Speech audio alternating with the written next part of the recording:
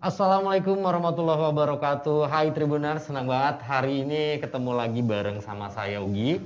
Kita ada di webinar dengan hashtag Indonesia Bicara Baik. Dari Lampung menuju Konvensi Nasional Humas 2020, adaptif, inovatif, kolaboratif. Dengan tema kampanye PR menyelamatkan gajah Sumatera, mendorong minat pariwisata di Lampung. Nah, kebetulan hari ini saya tidak sendiri memandu acara ini, ditemani oleh Kang Yayan Sofyan. Selamat siang, Kang. Selamat siang. Selamat siang, Kang. Mungkin Tetap semangat. Selalu sehat ya. Amin. Jangan lupa dengan 3M-nya. 3M ya. Jaga jarak, mencuci tangan, terus juga menggunakan masker. Iya, betul. Selamat siang Bapak Ibu, selamat siang teman-teman Perhumas, selamat siang untuk semuanya, dan selamat siang dan selamat datang buat para narasumber nih, Mas Ugi. Siap, Kang. Hari ini alhamdulillah kita sudah kedatangan Pak Kadis yang juga ada di kantor. Apa kabar Pak Kadis Kehutanan, Pak Yayan Rukhiansyah? Ya. Oke, kemudian juga ada dari Unila dan juga pendamping masyarakat di daerah penyangga Taman Nasional Waikambas, Ibu Eli. Apa kabar yang tengah di lapangan pada kesempatan siang hari ini? Luar biasa semangatnya. Siang Mas Yayan dan kawan-kawan. Habib pun. Kemudian ada juga Bapak Asrian Hedi Cahya yang juga adalah Ketua Yayasan Rumah Inspirasi Sahabat Gajah. Kemudian juga ada apa kabar? Baik, selalu semangat dan selalu menginspirasi.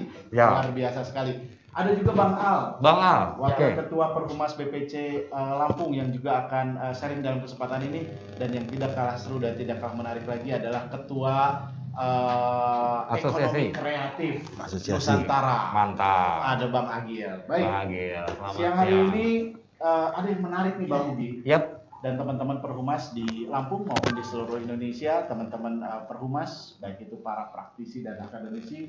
Jadi gelaran kali ini adalah merupakan gelaran dari Lampung menuju KMH 2020 yang bakal digelar 4 dan 5 Desember 2020 ini ya, Kang ya. Ini tentu gelaran yang seru. Gelaran di mana di setiap daerah kita berbagi cerita, berbagi kisah, berbagi apa yang sudah dilakukan oleh PR atau public relation, ya kan?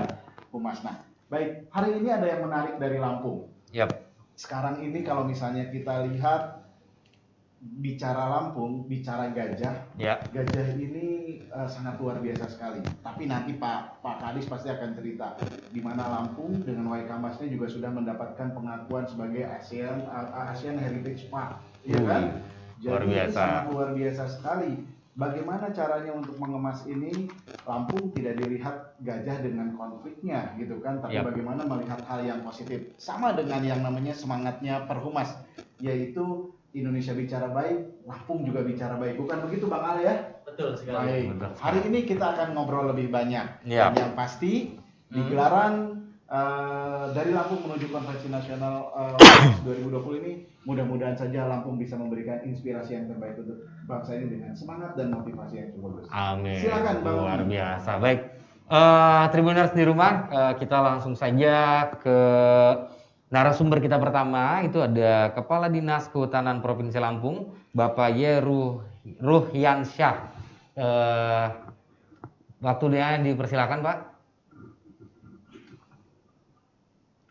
Mungkin masih di mute punya Pak Kadis, Zoom-nya bisa Oke, silakan Pak. Ya, terima kasih teman-teman semua yang ada di Tribun Lampung hari ini. Mohon maaf saya tidak bisa hadir di sana. Assalamualaikum warahmatullahi wabarakatuh. Waalaikumsalam warahmatullahi wabarakatuh. Luar biasa sekali. Terima kasih kesempatannya sudah bisa diajak untuk berdiskusi pada hari ini. Saya ingin materinya bisa disampaikan ya? Bisa Pak. Okay. Materinya minta di share. Iya, saya ingin berbicara sedikit mungkin tentang bagaimana sebetulnya kita bisa membuat sebuah konflik menjadi potensi. Ya. Konflik kita ubah menjadi sebuah potensi. Saya ambil judul wisata berbasis satwa. di mana ada berbagi ruang dan saling memberi manfaat. Ini belum ini ya? Ya, sebentar Pak. Oke. Ya, ini judulnya wisata berbasis satwa, berbagi ruang, saling memberi manfaat. Kita lihat dulu sebetulnya gajah itu di Asia ada di mana. Ini mungkin sedikit saja pengetahuan ini kami peroleh dari teman-teman NGO, khususnya yang saat ini berkecimpung di bidang satwa liar. Kemarin kami dibagi oleh WCS kemarin ini. Ini adalah peta sebaran gajah. Next terus. Peta sebaran gajah di Asia. Ya, silakan terus. Ya, ini mungkin ilmunya Bu Eli ini, Bu Eli yang lebih punya pengetahuan terkait ini. Silakan terus. Ya, diklik lagi. Ada gambar-gambar gajah, ada Elephant Maximus, ada Indicus, kemudian ini Sumatranus yang ada di Sumatera, dan ternyata di Kalimantan juga ada Elephant. Belum, terus. Masih di peta sebaran. Ya. Kemudian gajah Sumatera atau Elephant Maximus itu keterangannya seperti ini, merupakan salah satu dari 4 flagship spesies yang ada di Sumatera dan merupakan salah satu dari subspesies gajah Asia. Ya. Ini endemik, jadi hanya ada di Sumatera. Prioritasnya tinggi dalam konservasi karena memang kondisinya saat ini sudah dalam kondisi yang mengkhawatirkan. Ini adalah sebuah gambaran sebelumnya. Ini adalah sebuah gambaran deforestasi di Sumatera terjadi dalam 24 tahun terakhir dari 85 sampai 2009 terjadi penurunan tutupan lahan sebesar 49%. Terlihat ini daerah-daerah yang hijau ini tadinya adalah natural forest cover, ya, kemudian terus menurun 91, kemudian akhirnya tahun 2000 kita lihat natural forest cover-nya tinggal banyak sekali berkurang. Klik lagi, coba bisa diklik lagi. Akibat dari ini adalah potensi kehilangan habitat dari gajah Sumatera itu sebesar lebih dari 69% selama 25 tahun terakhir. Sehingga pada saat ini gajah berada pada posisi yang sangat mengkhawatirkan, yaitu sangat langka ya dilindungi. Kemudian ini terus naik distribusi gajah Sumatera dari 80-an sampai 2000-an, 90-an itu terlihat sebarannya yang terus menyusut. Next. Di Sumatera nih, kalau di Sumatera dari saat ini tinggal 3 ada populasi ya, ada 3 populasi saja. Nah ini next. Ya, populasi gajah Sumatera di Provinsi Lampung hingga saat ini belum. Pada tahun 80 itu diketahui ada 12 kantung populasi gajah Sumatera dengan estimasi individu 550 sampai 900 ekor.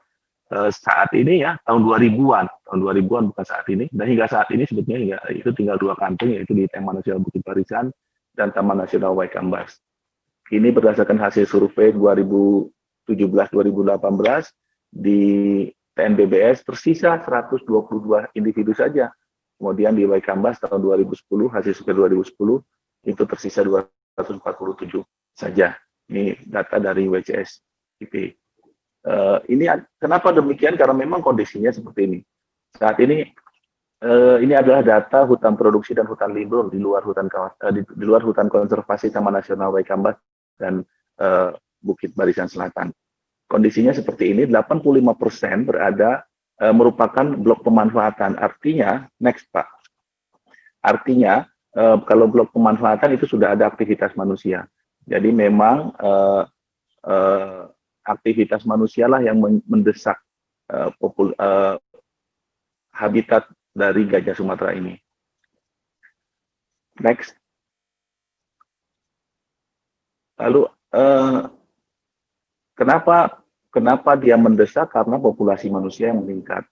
Di dalam populasi manusia yang meningkat ini tidak diiringi dengan tingkat pendidikan yang cukup, sehingga ketika mereka tidak mempunyai pekerjaan, pilihannya adalah mengolah lahan. Itulah mereka kemudian masuk ke dalam hutan sehingga terjadilah konversi habitat. Akibat dari konversi habitat ini, maka terjadi fragmentasi, ada pemisahan. Ada pemisahan, kemudian semakin menyempit, maka muncullah konflik manusia dengan gajah. Ya. Selain itu, gajah Sumatera juga diburu. Ya, sayang sekali diburunya tidak dimakan dagingnya untuk disate, tetapi hanya diambil gadingnya saja untuk kepentingan yang sesungguhnya masih bisa ditahan karena hanya untuk hiasan dan kebutuhan-kebutuhan yang kalau untuk saat ini kan untuk adat tidak terlalu menyolok, tetapi lebih pada kepentingan-kepentingan aksesoris dan yang sifatnya luxury gitu. Ini konversi siap. Next silakan terus manusia dan versus konservasi. Ya, manusia versus konservasi ini ketika kita berbicara hubungan antara manusia dan konservasi, seringkali hubungan ini next silakan diklik aja. Seringkali hubungan ini dianggap tidak saling berkaitan, akan tetapi sesungguhnya mereka berinteraksi dan tergantung interaksinya seperti apa, apakah dia merupakan interaksi yang negatif. Kalau interaksinya berupa interaksi negatif, maka yang muncul adalah sebuah konflik. Mungkinkah interaksi antara konservasi dengan manusia ini dilakukan dari sisi yang lain? Saya kira sangat mungkin, sehingga tidak menimbulkan sebuah konflik, akan tetapi menjadi sebuah potensi di mana interaksi itu kita ubah dari interaksi yang negatif menjadi sebuah interaksi yang positif dengan cara berbagi ruang antara kepentingan konservasi dengan kepentingan manusia. Next, silakan. Ya, untuk bisa seperti itu maka dibutuhkan sebuah penyamaan persepsi. Jadi ada kebutuhan manusia dalam hal ini masyarakat di sekitar kawasan dengan kebutuhan hidup bagi satwa-satwa liar seperti diantaranya adalah gajah. Jadi pemahaman atas kondisi ini harus dibangkitkan dan harus didorong, diintroduksi kepada masyarakat sekitar kawasan bahwa gajah bukan merupakan sebuah gangguan, bisa memberikan kontribusi positif dan dia adalah sebuah potensi. Bagaimana menciptakan bahwa kondisi ini adalah merupakan sebuah potensi yang bisa dimanfaatkan dan bisa memberi manfaat kepada manusia yang berada di sekitarnya maupun manusia yang jauh berada dari lokasi itu. Ada beberapa contoh pengembangan, diantaranya adalah pengembangan wisata. Ya, next silakan. Ya, ada pengembangan wisata gajah. Ini kita punya Waikambas. Tadi seperti sudah disampaikan bahwa Waikambas sudah menjadi ASEAN Heritage Park. Jadi kita patut berbangga karena sekolah gajah adanya di Waikambas, rumah sakit gajah adanya di Waikambas gitu. Jadi dan atraksi serta harmonisasi antara kehidupan masyarakat dengan gajah itu juga sudah terjadi di sana. Ini binaannya Bu Eli nih, Desa Braja Harjosari. Sudah terjadi harmonisasi antara manusia dengan gajah. Jadi gajah yang cenderung yang seringkali berada di masuk ke dalam kebun-kebun mereka sudah disadari bahwa itu adalah sebuah keniscayaan yang tidak bisa dihindari, sehingga mereka membiasakan diri dengan kondisi itu dan memaklumi. Ada ungkapan nanti mungkin Bu Eli itu bagiannya ungkapan yang saya menyentuh juga buat saya. Ternyata memang pengondisian itu bisa dilakukan gitu.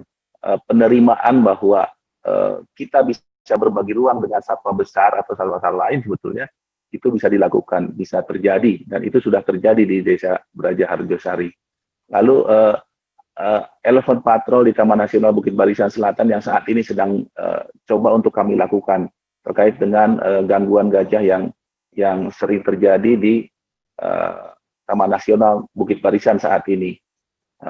Beberapa masyarakat sudah mulai dan didorong untuk terus melakukan menyadari bahwa mereka hidup harus berdampingan dengan gajah. Konflik bisa dihindarkan jika persepsi mereka diubah.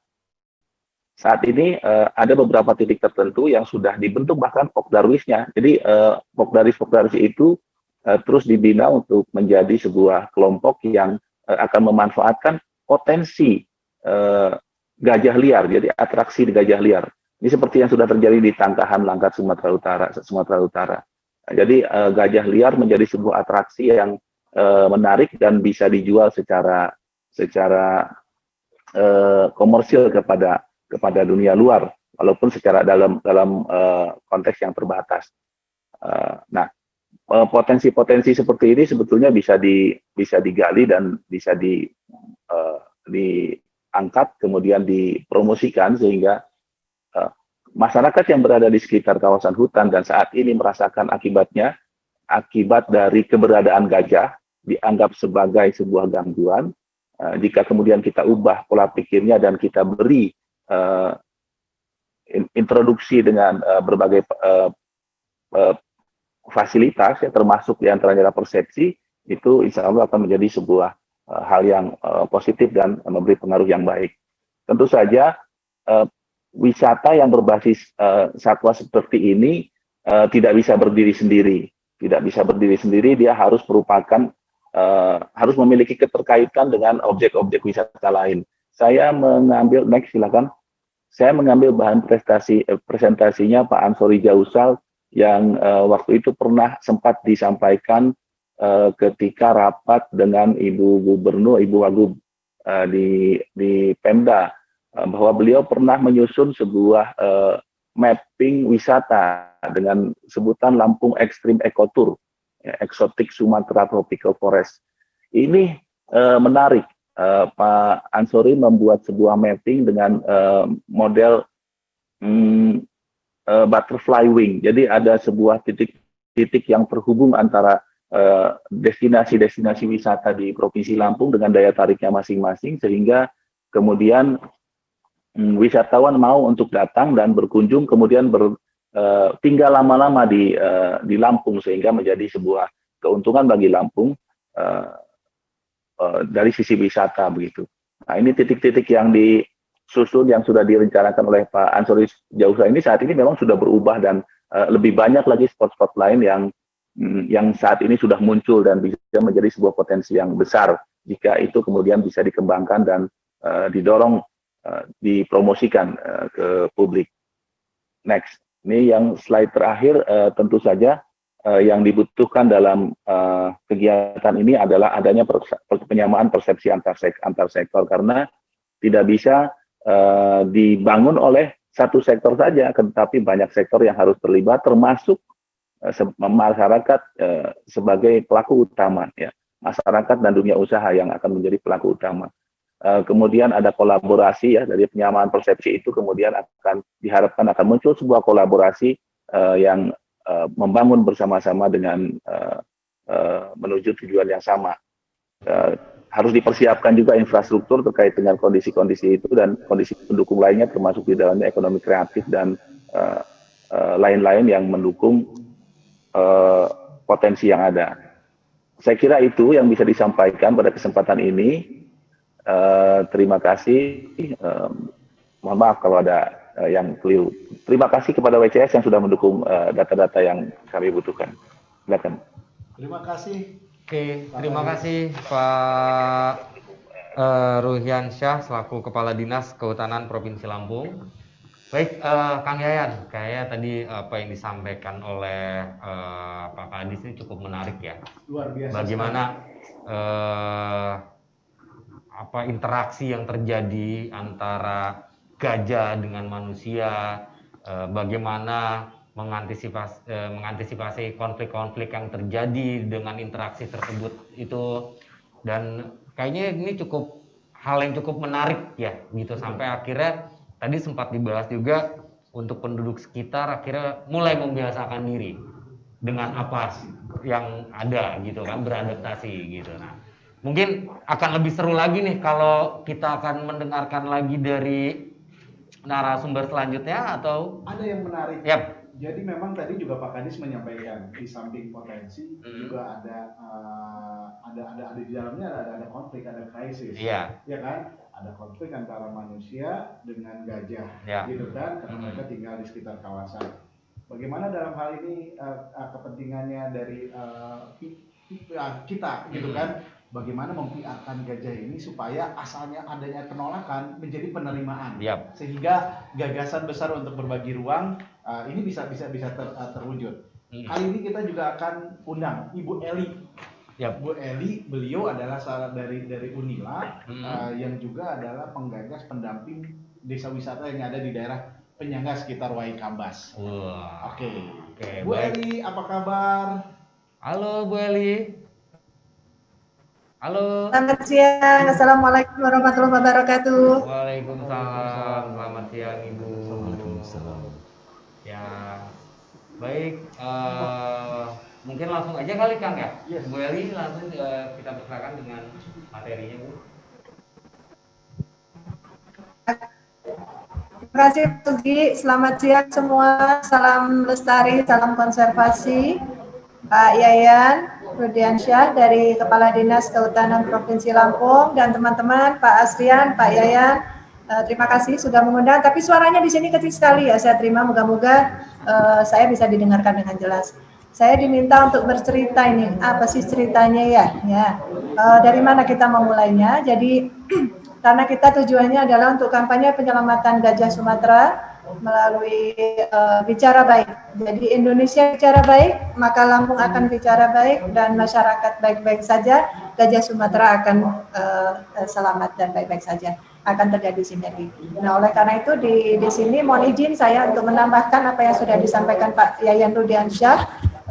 Dari sisi masyarakatnya, bahwa dari mana kita mulai adalah adanya sinergitas alam antara bentang alam, gajah Sumatera dan pariwisata. Kalau kita lihat gambar yang ada di slide ini adalah desa Brajaharjosari yang dipisahkan dengan sebuah sungai, di mana sebelah kanan adalah hutan kawasan konservasi, sebelah kiri adalah desa Brajaharjosari.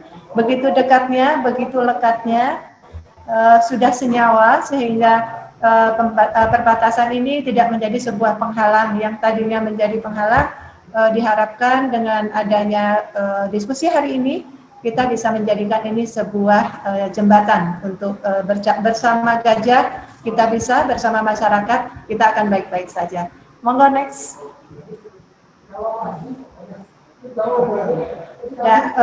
Masyarakat saya mengambil cerita dari kawasan Taman Nasional Waikambas. Ada 44 desa penyangga yang berbatasan dengan kawasan konservasi, ada 24 yang berbatasan langsung, dan selama ini ada 22 desa yang mengalami interaksi. Saya tidak mau menyebut konflik gajah manusia, tapi interaksi dengan gajah.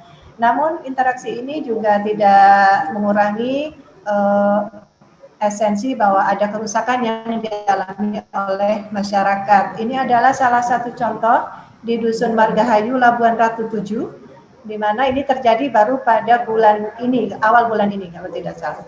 Ini adalah bekas jalur masuk gajah dan kerusakan tanaman singkong yang dialami oleh masyarakat. Mereka langsung mengirim, Ibu, ini ada kiriman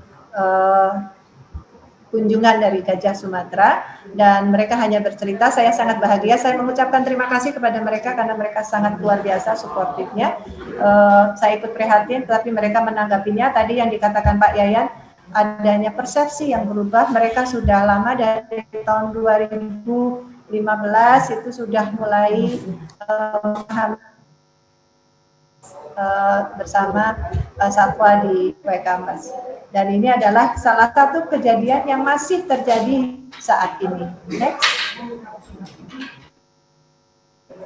Nah, ketika ada kejadian seperti ini, bagaimana mereka bisa menyikapi dengan sangat luar biasa dengan kebijakan dan kearifan lokalnya. Karena kita melihat bahwa gajah liar ini bisa dilihat di desa. Jadi seperti ini contohnya adalah desa Brajaharjosari dan Brajayekti. Gajah liar yang melintas itu bisa diamati. Namun demikian ini bukan sebuah hal yang mudah dilihat, karena ada teman-teman masyarakat mitra Polhut yang berjaga siang malam 24 jam di setiap perbatasan desa. Mereka saling memberikan komunikasi untuk menyampaikan keberadaan kelompok gajah liar ini ataupun gajah-gajah tunggal. Jadi ini adalah salah satu contoh yang beliau-beliau yang pejuang-pejuang konservasi ini kirimkan kepada kami. gajah-gajah, kelompok gajah liar yang melintasi. Next.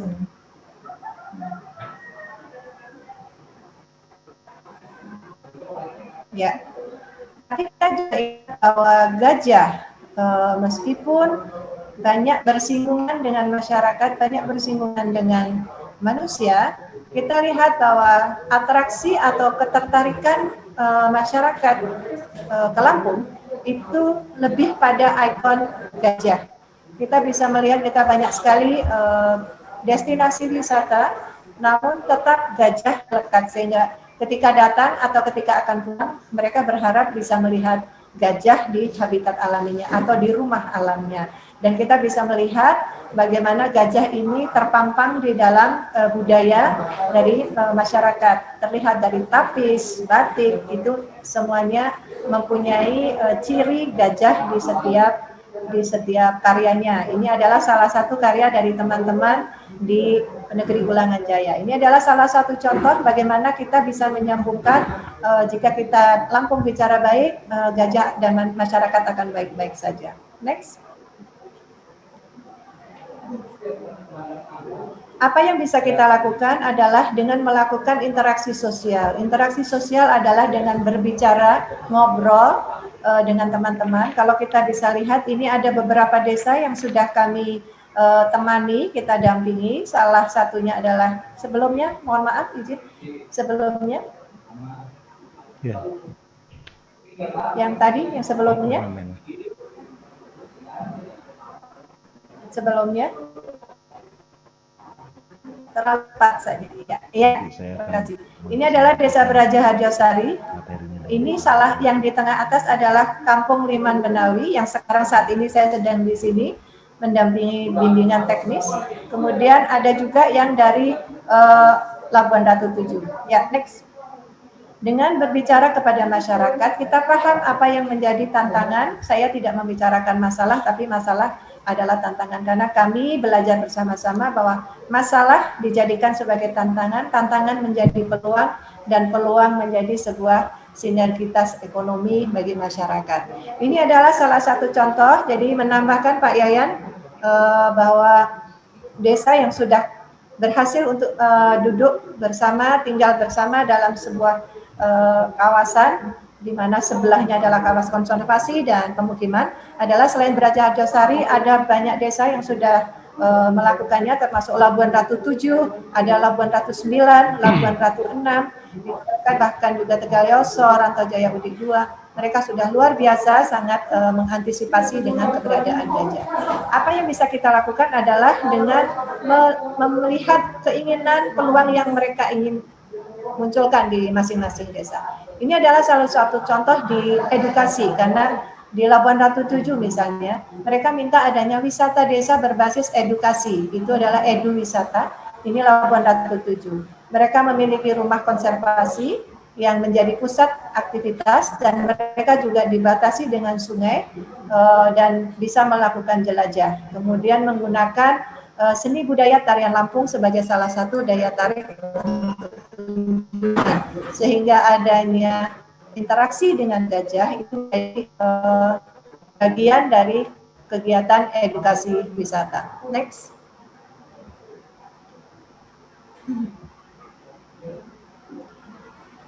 Kemudian kita lihat tidak hanya desa-desa di penyangga, kita juga mendampingi desa-desa yang jauh dari kawasan konservasi, tapi mereka peduli kepada keberadaan gajah. Ini adalah sebuah bukti bahwa gajah sudah menempati hati di tempat masyarakat, di hati masyarakat. Salah satunya adalah Kampung Batik Negeri Sakti Pesawaran, Batik Tulis Andanan. Ini dengan sangat antusias sudah melakukan upaya konservasi melalui edukasi dengan pembuatan batik dan melakukan kearifan lokal dengan mempertahankan budaya, melestarikan budaya, dan memperkenalkan kepada wisatawan. Sehingga mereka ikut berpartisipasi, baik itu secara langsung maupun tidak langsung. Secara langsung mereka melakukan datang pembinaan ke desa-desa di penyangga, termasuk Labuan Ratu 7, untuk memberikan pendampingan, misalnya pelatihan batik. Next.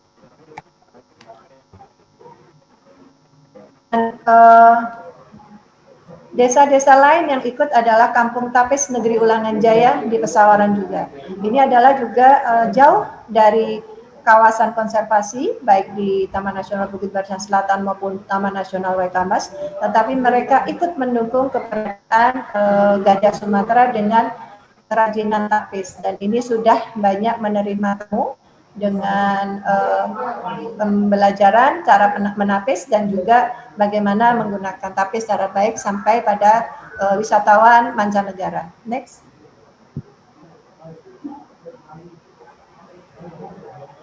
Apa yang bisa kita lakukan? Kalau masyarakat melakukan sesuatu, apa yang bisa kita lakukan?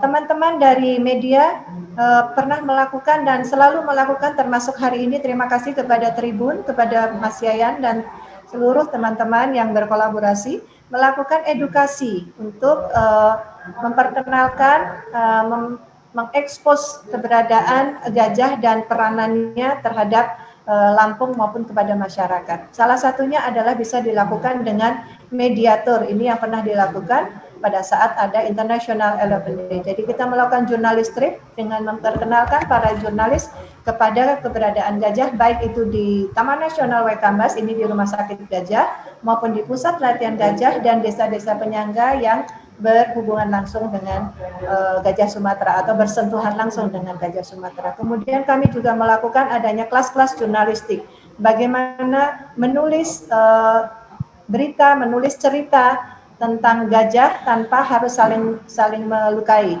Ini juga dibantu oleh Monggabai Indonesia. Next.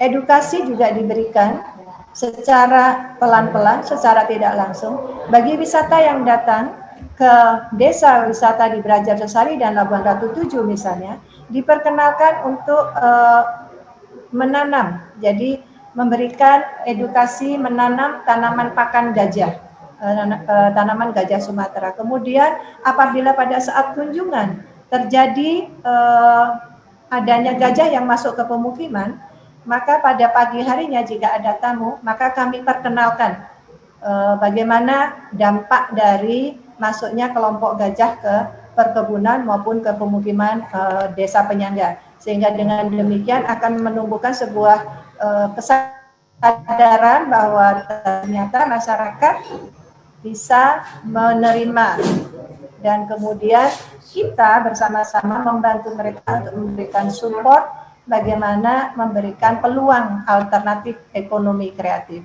Ini adalah dengan kepala desa pada saat itu, Braja Arjosari, dan para pendamping desa dari mendampingi tamu-tamu dari 7 negara. Apa yang bisa kita lakukan? Kita berikan sebuah pilihan. Contohnya adalah yang pada slide kanan bawah, kita bisa berburu gajah tanpa harus membunuhnya. Kita berburu gajah dengan mengambil foto-fotonya. Dan ini adalah salah satu wisata, paket wisata yang diminati banyak oleh wisatawan, khususnya wisatawan mancanegara. Mereka akan betah sekali mengambil gambar dengan gajah yang sedang melakukan aktivitas. Biasanya dikenalkan pada saat ke pusat latihan gajah, itu ada pada saat penggembalaan. Ini sangat menjadi sebuah edukasi yang sangat bagus karena adanya kesempatan bagi mereka untuk berinteraksi dengan satwa gajah Sumatera. Next.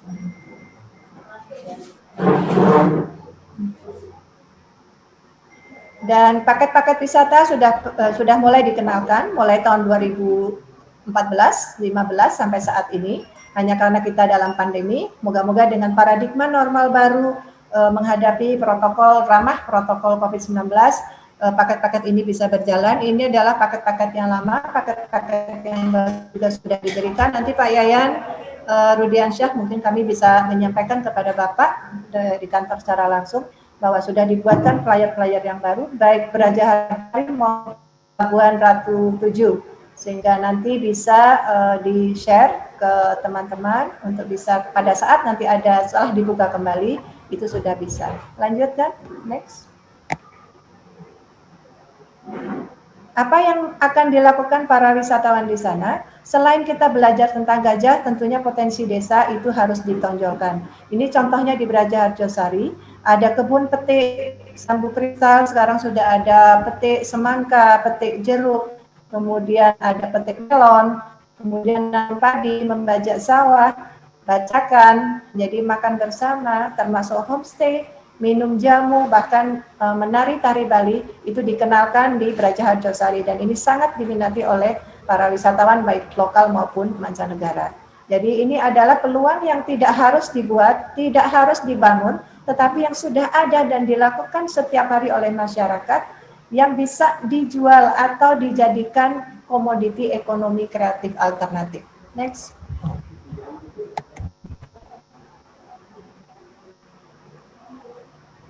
Harapan kami ini adalah salah satu bentuk mimpi dari semua teman-teman bahwa kita masih bisa berdampingan. Ini adalah rumah konservasi di Labuan Ratu 7 dan sudah banyak dimanfaatkan oleh teman-teman dari luar untuk melakukan kegiatan.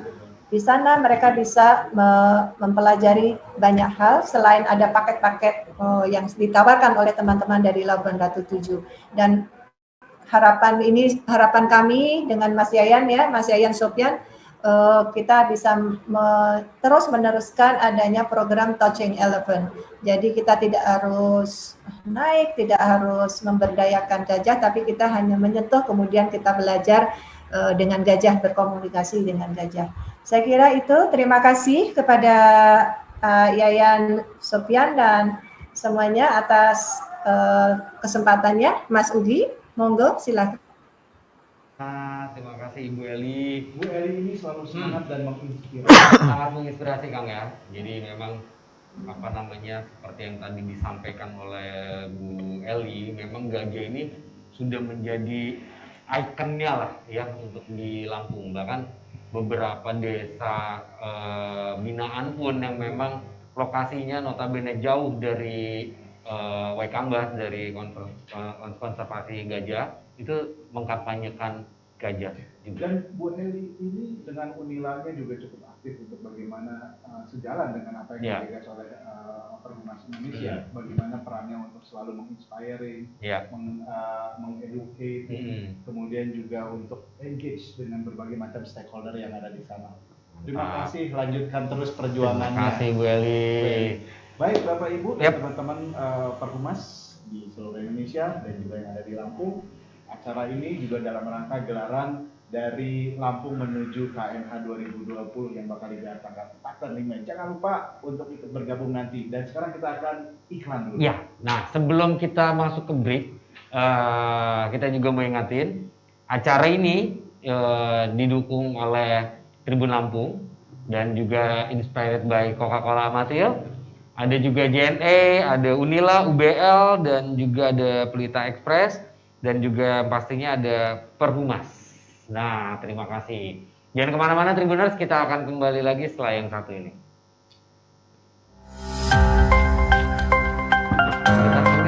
Ada water. Geser nih. Nggak apa-apa ini.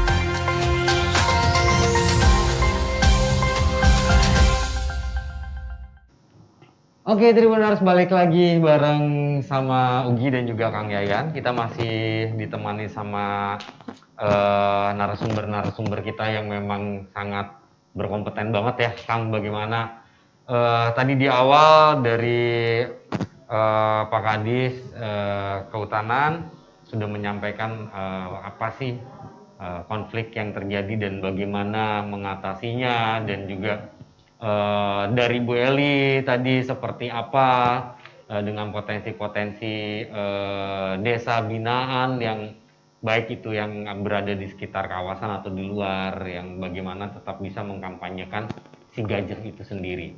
Nah, kayaknya mungkin ada yang mau disampaikan yang menarik tadi, Bu Eli juga sempat menyampaikan bagaimana merubah mindset dari asalnya konflik menjadi interaksi. Nah, itu. Iya kan? Yap. Jadi punya nilai hal yang baik. Yap. Dan untuk itu kita juga menghadirkan hari ini ada Bapak Asrian sebagai Ketua Yayasan Rumah Inspirasi Sahabat Gajah yang akan juga berbagi bagaimana caranya supaya gajah ini memiliki daya ungkit ekonomi.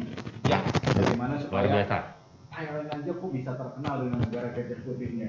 Sementara Indonesia, Sumatera, punya gajah Sumatera, yang tadi Pak Yayan bilang keberadaannya terancam punah. Tapi kita semua teman-teman yang di sini punya semangat, punya optimisme untuk bagaimana gajah memiliki daya ungkit ekonomi. Ya. Oke, silakan. Oke, silakan langsung Pak Asrian. Ya, terima kasih. Selamat siang. Assalamualaikum warahmatullahi wabarakatuh. Waalaikumsalam warahmatullahi wabarakatuh. Ya, Bun. Menarik sekali kita bicara soal gajah ya. Tadi Pak Kadis, Ibu Eli sudah memberikan penjelasannya. Nah, kami dari Rumah Inspirasi Sahabat Gajah ini terinspirasi dari Coca-Cola Forest ya, di mana Coca-Cola Forest ini salah satu bentuk kepedulian ya Coca-Cola terhadap sustainability. Karena sustainability itu basisnya adalah keseimbangan antara aspek sosial, ekonomi, dan lingkungan. Jadi secara lingkungan menyelamatkan, secara ekonomi bisa menguntungkan, secara sosial ramah sosial. Jadi itulah bentuk keseimbangan kepentingan semua pihak. Dalam bahasa Pak Kadis tadi berbagi ruang. Nah, ini berbagi tidak hanya berbagi ruang, tapi juga memberikan berbagi kepentingan di sana. Nah, itulah harmoni yang harus dibangun. Ini Rumah Inspirasi Sahabat Gajah. Nah, hal ini sejalan dengan semangat Pak Humas ya, bicara baik. Nah, karena kita sempat juga istilahnya ya merasa peduli dengan image Lampung yang selalu muncul dengan berita-berita yang negatif gitu ya, sehingga kita perlu bicara baik untuk merubah mindset bahwa Lampung ini tidak hanya yang negatif, yang positifnya, yang baik itu banyak gitu ya. Nah, lalu apa media komunikasi kita untuk menyampaikan berita-berita baik ini? Nah, itulah muncul gajah gitu. Dan selama ini memang gajah sudah menjadi ikon Lampung ya. Tapi kita kemas menjadi lebih luas, gajah Sumatera, Lampung, surganya gajah Sumatera. Mantap. Semangatnya itu ya, Lampung surganya gajah Sumatera. Lampung menjadi surganya gajah Sumatera.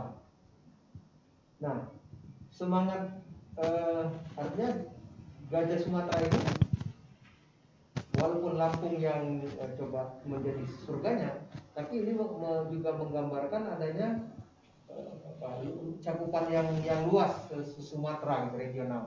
Karena itu juga ada upaya belakangan yang mengangkat ada Sumatranomik gitu ya. Sumatranomik ini adalah bagaimana membangun ekonomi Sumatera gitu. Ya. Karena semakin ke depan interaksi antar wilayah ini semakin tinggi gitu kan, apalagi akses konektivitas semakin lancar, maka interaksi ekonomi itu menjadi semakin tinggi. Dan justru tingginya intensitas interaksi antar ekonomi wilayah itulah ada percepatan pengembangan ekonomi. Nah, terkait dengan gajah Sumatera ini, ya kita sangat berterima kasih ada Perhumas, sehingga kita bisa menitipkan juga nih kepada Perhumas untuk membawa pesan mempiarkan penyelamatan gajah, karena tadi Pak Kadis bilang ini udah termasuk dalam lampu merah ya untuk kepunahannya, karena lahan gajah yang semakin sempit karena deforestasi, artinya banyak kerusakan perambahan hutan sehingga gajah kehilangan habitat. Sementara gajah ini sendiri di dalam konteks Rumah Inspirasi Sahabat Gajah, kita mengembangkan 4 pilar kegiatan. Ada yang menyangkut souvenir, tadi Ibu Eli sudah menyampaikan tadi ya, bagaimana itu dibilang kerajinan, menampilkan simbol-simbol gajah. Kemudian dari sisi kuliner, gitu ya. Kemudian dari sisi edukasi, dan dari sisi wisata konservasi. Jadi itu yang kita dorong sebagai bentuk pilar-pilar kegiatan kolaborasi menata ekosistem wisata konservasi secara berkelanjutan di Lampung. Itu semangat kita dengan gajah sebagai media komunikasi Lampung untuk Indonesia, Lampung untuk dunia. Itu bicara baik tadi ya. Yang mudah-mudahan kita ingin untuk menumbuhkan, tentu saja karena tadi gajah ini dalam ancaman kepunahan, kita ingin membangunkan kepedulian. Nah, kepedulian ini akan muncul kalau kata pepatah bilang, tak kenal maka tak sayang, gitu ya. Tak sayang maka tak cinta, tak cinta maka tidak peduli. Tidak peduli, kurang tanggung jawab untuk memelihara kelestarian gajah. Itulah kita salah satu pilarnya itu tadi adalah edukasi. Jadi kita mengenalkan bagaimana gajah ini bukan hanya sebagai binatang yang hampir punah, yang binatang termasuk yang purba ya, yang tua, yang masih ada dan bisa kita nikmati sampai sekarang, walaupun dia sudah semakin sedikit ya jumlahnya. Nah, kita bisa banyak belajar dari gajah ini. Misalnya gajah ini adalah binatang yang cerdas gitu ya. Misalnya tercermin dari simbol-simbol dunia pendidikan yang mengambil gajah sebagai icon ya, logonya ya. TV, Air Langga kan itu perguruan tinggi menyimpulkan gajah, karena memang gajah itu makhluk yang pintar. Karena dari pengalaman di TNWK sendiri, beberapa upaya untuk mencegah, membatasi ruang gerak gajah, mereka bisa mengatasi cepat dalam waktu yang singkat, sudah bisa beradaptasi dan mengatasi kondisinya itu.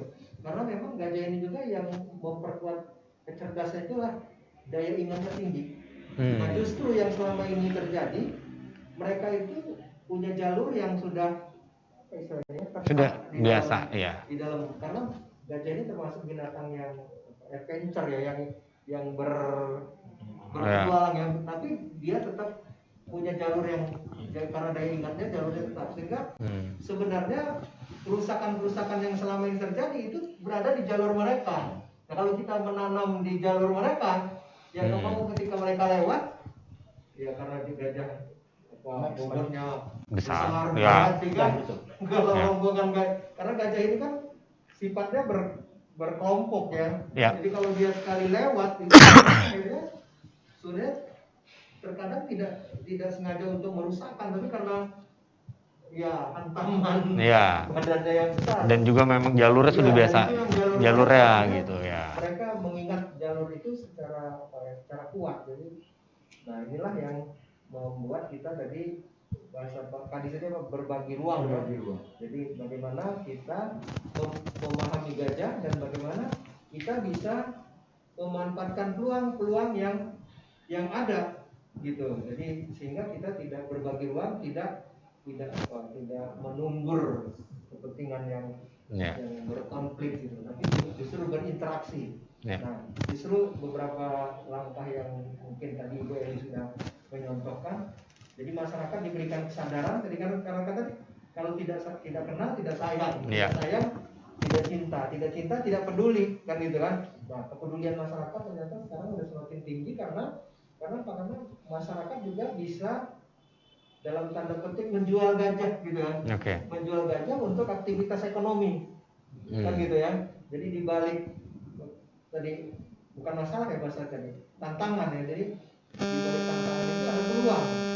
Peluang inilah yang sekarang dimanfaatkan oleh masyarakat, mereka juga mendapatkan manfaat dari keberadaan itu, mereka juga melindungi tidak berhadapan lagi. Nah ini pola pikir yang saya harus dibangun dan ini ya kita menitipkan ke Perhumas untuk bagaimana yang mempiarkan ya untuk saling berinteraksi, saling di dalam berbagi ruang antara gajah dan manusia sehingga tidak menjadi sebuah konflik tapi saling berinteraksi secara positif. Saya pikir itu. Jadi itu yang mengapa alasan kenapa gajah perlu dikampanyekan ya. Karena memang Astrian di Yayasan Rumah Inspirasi Sahabat Gajah melihat memang potensinya gajah yang memang terancam punah. Kalau kita melihat seperti ini maksudnya apa gambarnya Pak Astrian? Jadi hutannya lestari, airnya bagus, jadi gajahnya bisa hidup di tengah-tengah. Jadi dengan apa? Dengan gajah ini kita ingin gajahnya kenyang,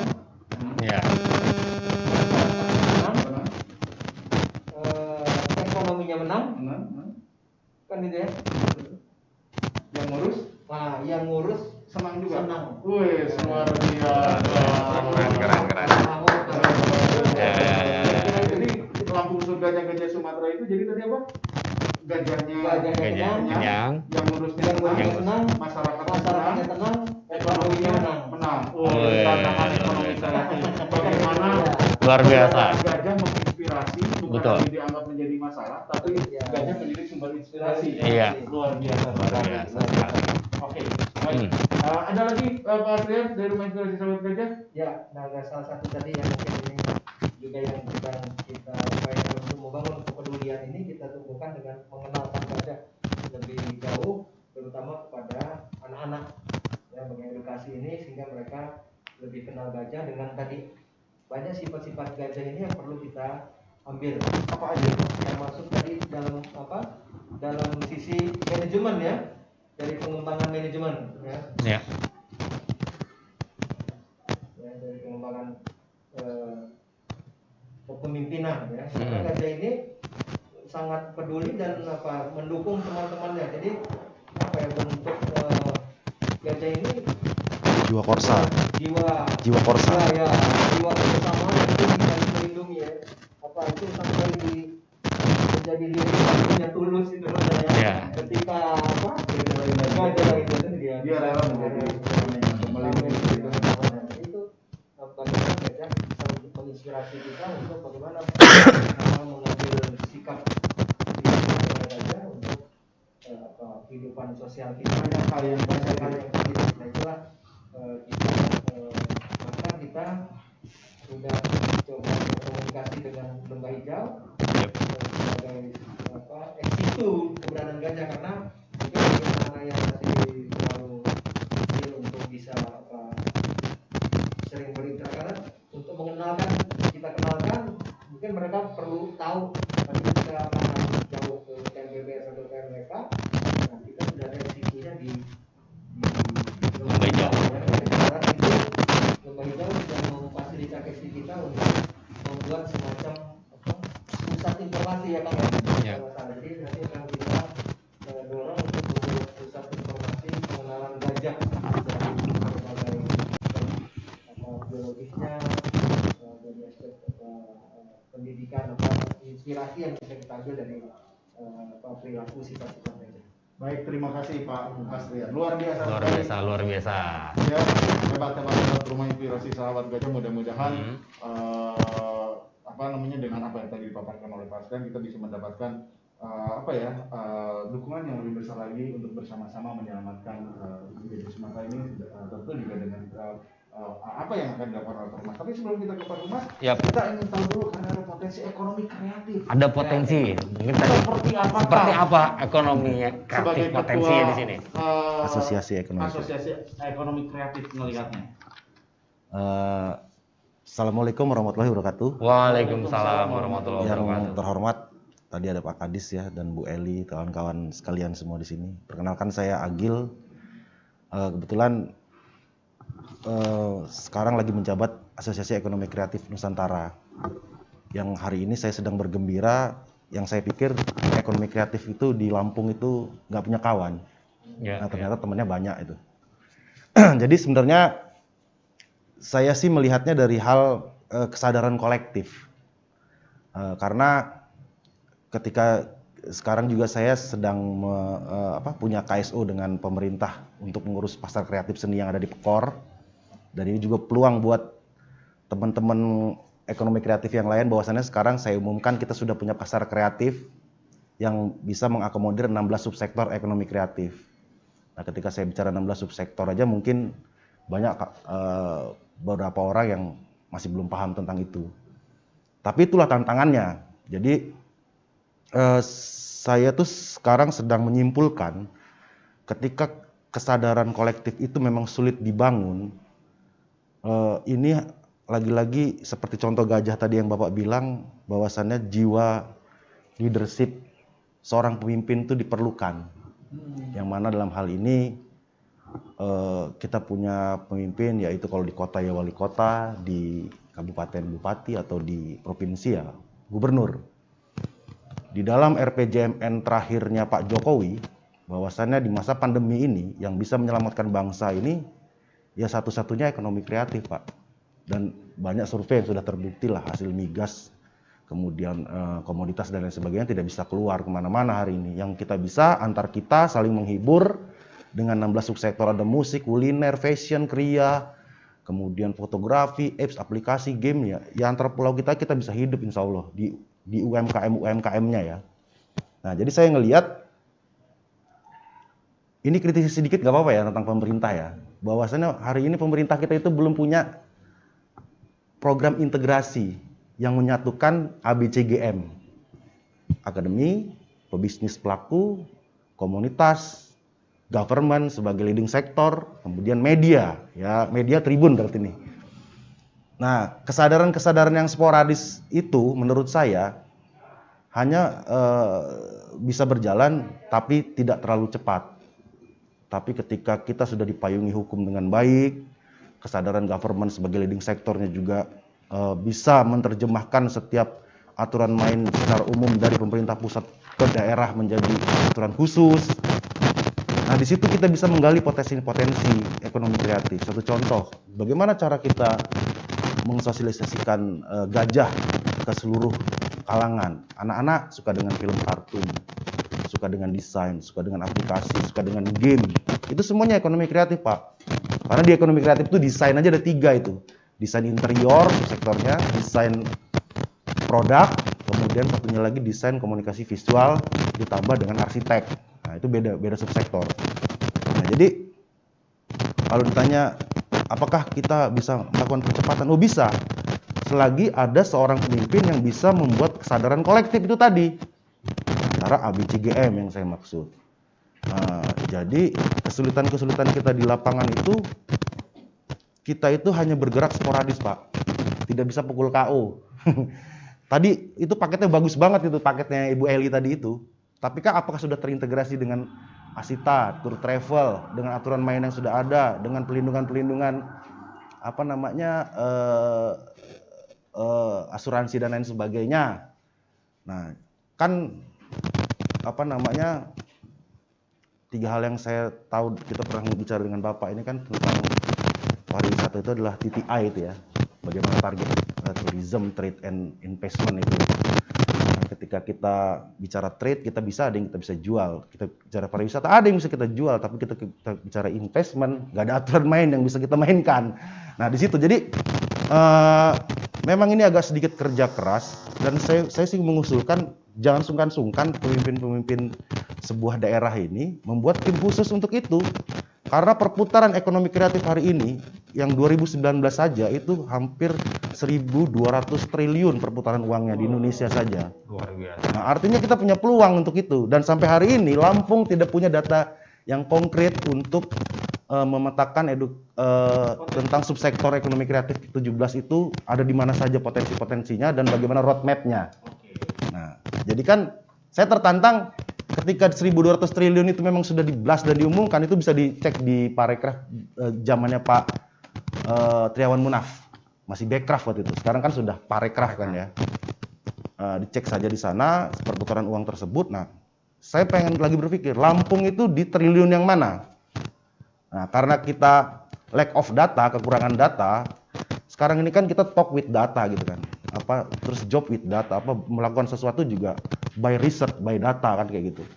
Jadi apapun yang kita lakukan hari ini sifatnya itu stimulusnya timelinenya jelas, agendanya jelas, relnya jelas, targetnya jelas. Karena kan selain kita juga mengedukasi, kita juga mengadvokasi, dan kita juga mengempowerment, memperdayakan kan kayak gitu.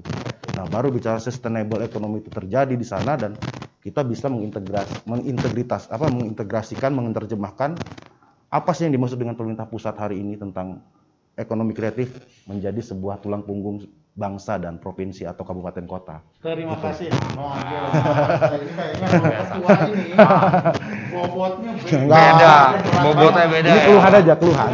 Bagaimana beliau bisa melihat, tapi di balik peluang itu beliau selalu melihat sebuah potensi. Sebuah peluang. Iya. Tinggal bagaimana kita Mengintegrasikannya. itu. Makanya semangat nanti di KNH Siap. 2020. 2020, Jangan ya. lupa hadir 4 dan 5 itu kita bicara mengenai adaptif, inovatif dan kolaboratif. Iya. Ya, mudah-mudahan saja ini akan menginspirasi. Dan bagaimana sekarang Perhumas BPC Lampung dalam hal ini adalah Wakil Ketua Perhumas BPC Lampung dan juga Ketua Perhumas Muda Bang Al. Bagaimana kira-kira Perhumas melihat adanya sebuah tantangan atau adanya peluang bagaimana menjadikan tadi ada dari kata Pak Trian menjadikan Lampung surganya gajah Sumatera. Bagaimana Perhumas BPC Lampung melihat? Silakan Bang Al. Baik, assalamualaikum Waalaikumsalam. Waalaikumsalam. Iya, Ya, Bu. Bu. Yang saya hormati ahli perwakilan BPP Perhumas. BPP Perhumas yang ada di pusat, Kepala Dinas, Bu Eli dan rekan-rekan penggiat gajah.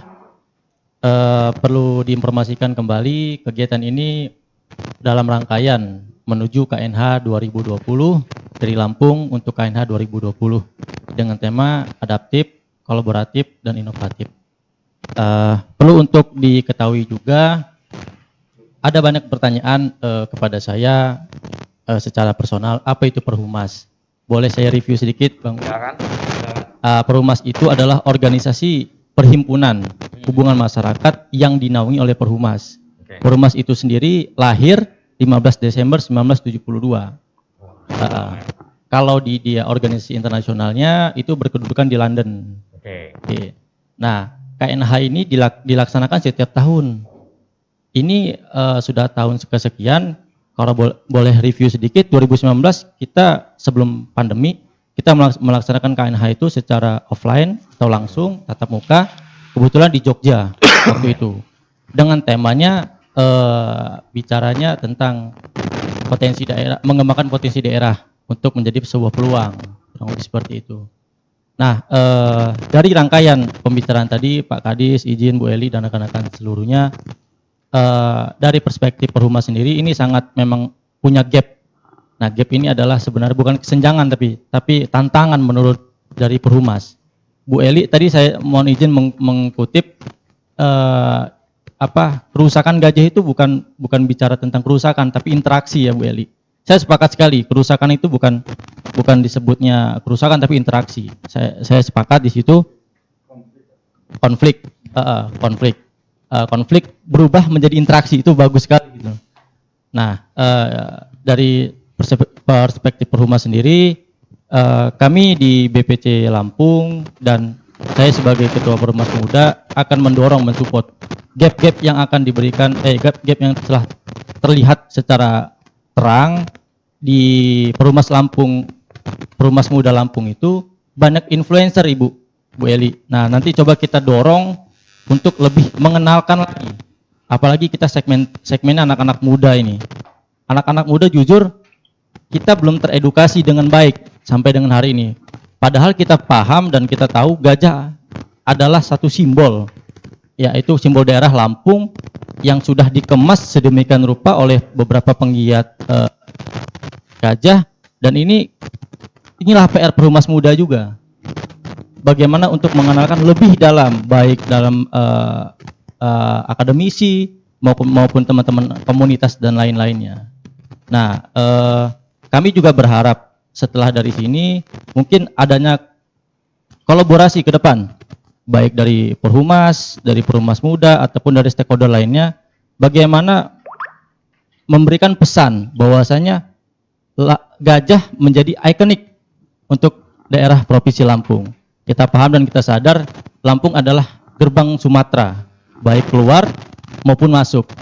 Nah, harusnya gajah ini menjadi salah satu buah tangan. Itu kan bisa dikemas oleh ekonomi kreatif tadi, Bang.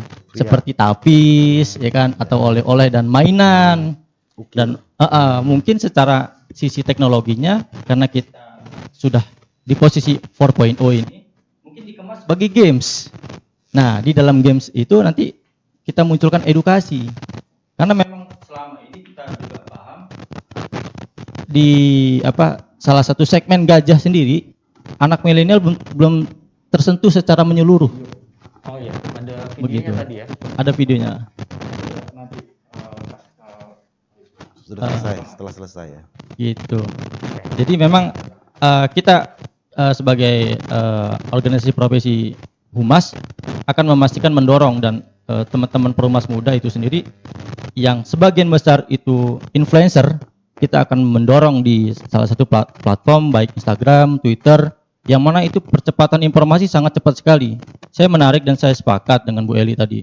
Kita harus menggunakan teknologi ini secara efektif dan efisien, mengingat untuk melakukan promosi-promosi, baik edukasi dan lain-lain. Mungkin begitu, Mas Baik, Ugi. terima kasih Mas Al, kayaknya seru banget ya Kang Yayan ya. Oke, tapi Tribuners, sebelum kita berlanjut ya, nanti ada sebuah video ya yang akan kita tampilkan sebelum juga berlanjut ke Bang Asrian lagi. Mungkin nanti bicara soal kolaborasi, kebetulan di sini kita ada kolaborasi juga dengan si JNE ini, Kang. Ya, kita ada merchandise dari JNE. Caranya gampang buat Tribuners semua yang pengen dapat merchandise JNE.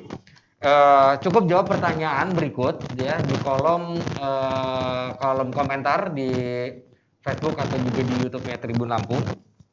Tepat tanggal 26 November 1990 JNE lahir atau berdiri.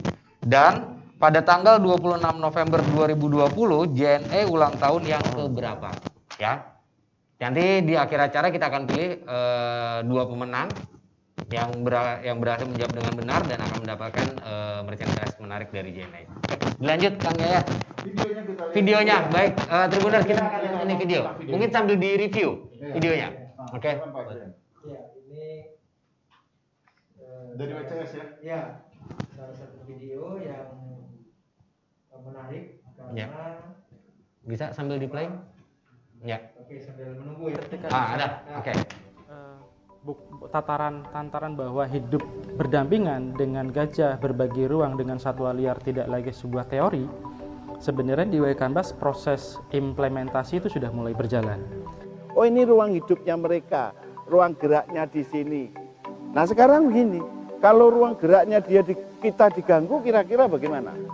Khusus Labuan Natuna bahwa di situ ada objek. Objek satu-satu yang kita jual tetap adalah Waikambas sebagai tujuan daripada wisata konservasi yang ada di sini.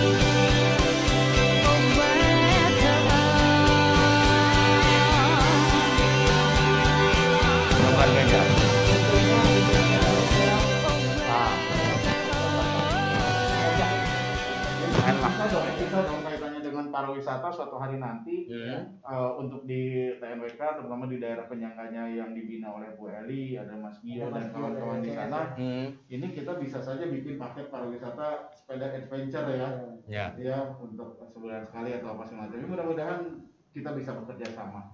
Tapi ada lagi informasi ini tambahan. Ada di salah satu kota Sydney, itu di Australia itu lagi viral banget. Salah satu kebun binatangnya itu didesain dan dikonsep persis kayak Waikambas. Itu lagi viral banget. Salah satu di Sydney, Australia. Mungkin di Instagram, di Twitter tuh banyak sekali. Gitu. Kita yang alaminya harusnya bisa lebih. Begitu. Artinya lagi ya. Biasanya orang Indonesia mengkonsep itu dari luar. Ini orang luar mengkonsep dari Indonesia. Gitu. Luar biasa. Dari diskusi ini, Bapak dan Ibu di dalam Konferensi Nasional Humas ini kan kita bagaimana menginspirasi juga gajah sebagai sebuah aset alam yang kita miliki, terutama di Sumatera, di Lampung tadi ada gagasan dari Ketua Yayasan bagaimana menjadikan Lampung surganya gajah Sumatera, bahkan tadi ada gagasan besar bagaimana menjadikan gajah sebagai media diplomasi Lampung untuk Indonesia dan juga untuk dunia. Sehingga gajah menjadi lokomotif yang akan menarik, kalau kata Bang Agil, bagaimana meningkatkan yang namanya TTI, tourism trade sama investment. Ya, gajah menjadi magnet.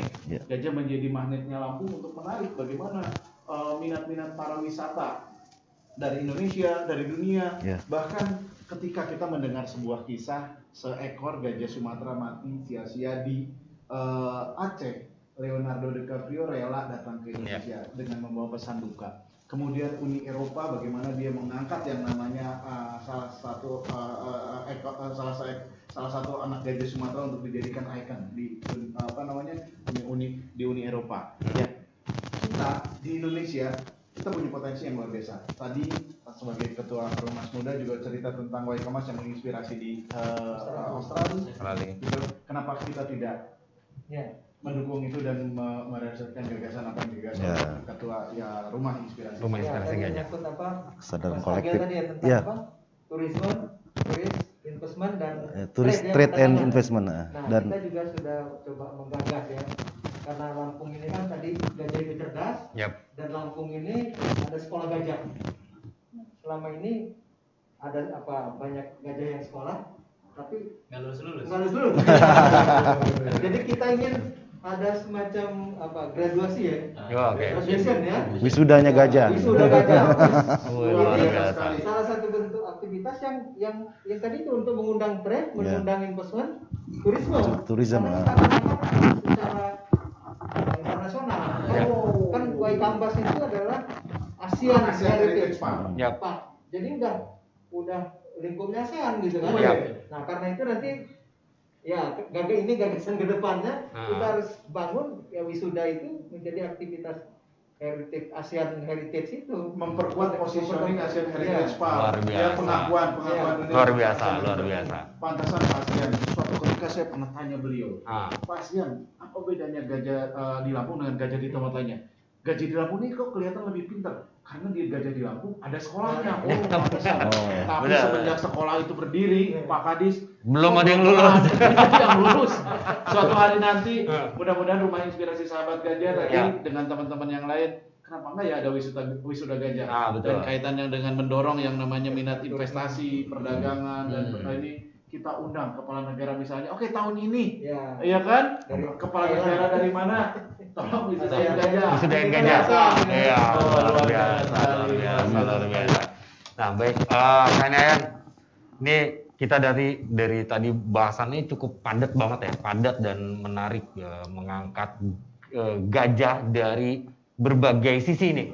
Kita membahas gajah ini, baik dari sisi ikonnya di Sumatera ataupun juga di Lampung gitu kan, baik dari sisi ekonomi kreatifnya, terus juga dari perhumas juga.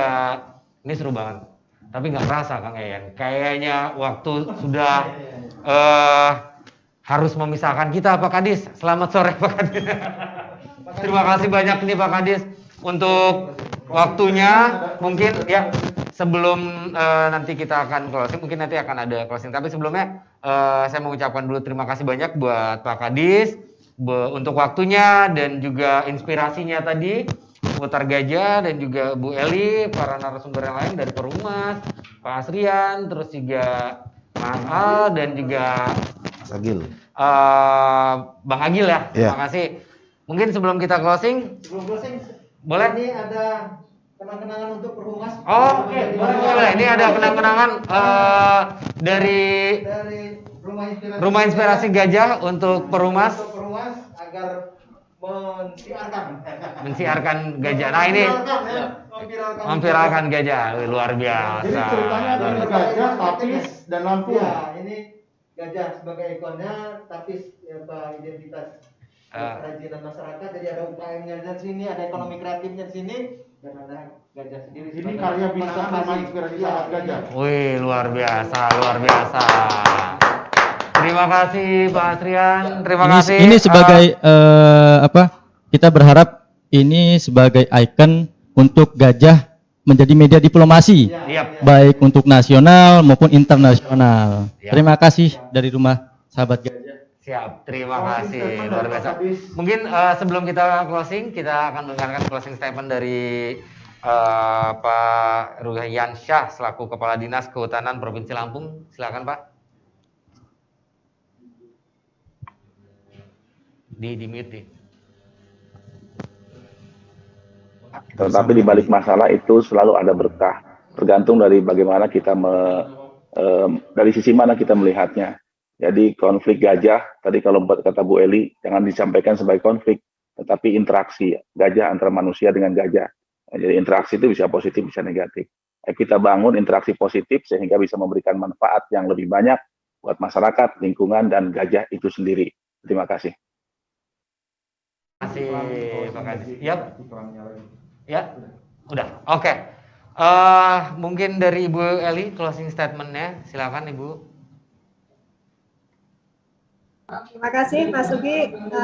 Saya hanya ingin terus kita bersama dengan masyarakat bicara baik, dan gajah dan masyarakat akan baik-baik saja. Terima kasih. Terima kasih Ibu. Yang punya Rumah Inspirasi Gajah, monggo closing statement ya Pak Asrian. Ya, mudah-mudahan kita menjadikan gajah menjadi inspirasi untuk kebaikan kampung ke depan. Ya, Bang. Ya, saya sih selalu menghimbau, marilah kita memiliki kewarasan yang positif bersama dan kesadaran kolektif bagaimana kita membangun sebuah mimpi-mimpi besar yang dimaksud, seperti misalnya gajah harus menjadi sebuah ruang diplomasi dan lain sebagainya. Itu saya sangat mendukung sekali, dan ekonomi kreatif siap berada di garda terdepan untuk urusan ekonomi kreatif dan pariwisata. Luar biasa. Terima kasih. Oke. Mas Al, Closing statement, kita akan memberikan satu adaptif, nanti iklan lagi ya, iklan KMH, untuk menciptakan dan menerapkan Lampung berbicara baik dan Indonesia berbicara baik. Rumas Indonesia berbicara baik. Thank you, terima kasih. Mungkin dari Kang Yayan mewakili kita berdua untuk closing statement-nya.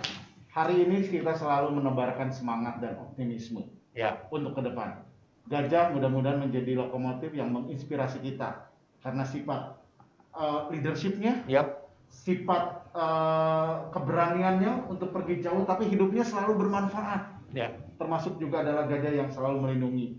Sama-sama dengan kita harus sama-sama bergandengan tangan, sama-sama untuk menguatkan. Mari kita wujudkan kemampuan untuk beradaptasi, kemampuan untuk melakukan inovasi, dan kemampuan untuk kolaborasi untuk menggapai harapan kita masa depan.